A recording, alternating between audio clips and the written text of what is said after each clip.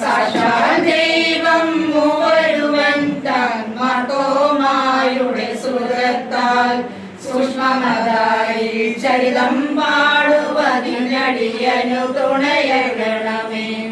അരുൾമാർഗത്തിൻ ഗുരുവരനാകിന മകനാമകനാമത്തോമാ പെരുമാൾ ചോഴൻ ായുള്ളോരാളാനോടു സഹിതം കൂടി അറബിയായിൽ കപ്പൽ കയറി മലങ്കര വന്നെത്തിക. അറിവിൻ പറവൻ വിശിഖാകാലം 50 ധനുവും രാശിയതിൽ അതിശയകൃതിയാൽ അഷ്ടദിനം കൊണ്ടവിടെ മാർഗം സ്ഥാപിച്ചു. അതിനുശേഷം ദ്രുതഗതി കൊണ്ടു ഉടനെ മൈലാപ്പൂരെത്തി.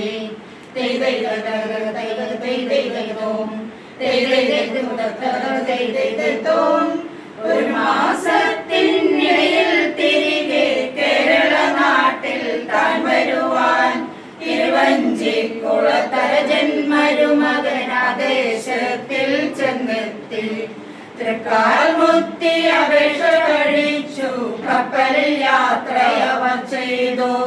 തർക്കം കൂടാതമ്പത്തൊന്നാം ധനുവിൽ മാല്യം കരവുന്നു. രാജകുടുംബത്തോടെ കാവ്യർ 3000 അവിശ്വാസികളും രാജ്യത്തിങ്കൽ വന്നു വസിക്കും 40 യൂതഗണങ്ങളുമായി. 1.5 വർഷങ്ങൾക്കുള്ളിടയിൽ മാമോദീസ കൈക്കൊണ്ടു. വന്ദനങ്ങൾക്കായി സ്ഥാപിച്ചിവിടെ ശ്രീവായോടെ ആലയവും.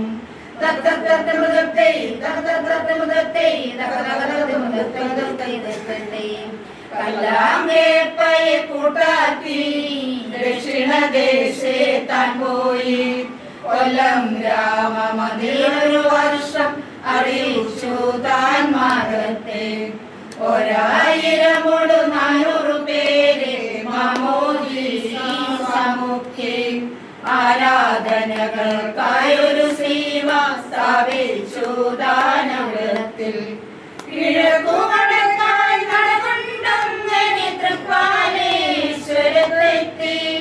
അഴകാലവിടെയും ഒരു വർഷത്തിൽ അറിയിച്ചു താൻ മാർഗത്തിൽ. 1000-200 പേരെ മാമോദീസായും മുക്കി ആരാധനകൾക്കായൊരു ശ്രീവ സ്ഥാപിച്ചു താനവിടേക്കും.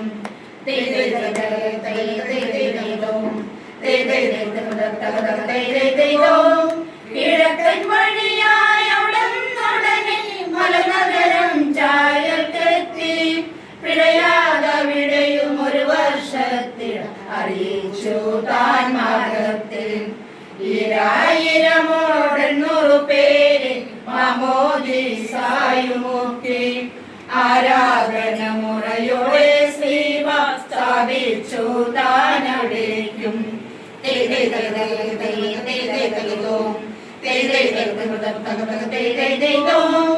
എന്നോട് കബറിൽ വന്ദനം ചെയ്യുവോർക്കെല്ലാം നന്മകൾ ഞാൻ ചെയ്യും. എന്നോട് കബറിൽ വന്ദനം ചെയ്യുവോർക്കെല്ലാം നന്മകൾ ഞാൻ ചെയ്യും. എല്ലാ നന്മ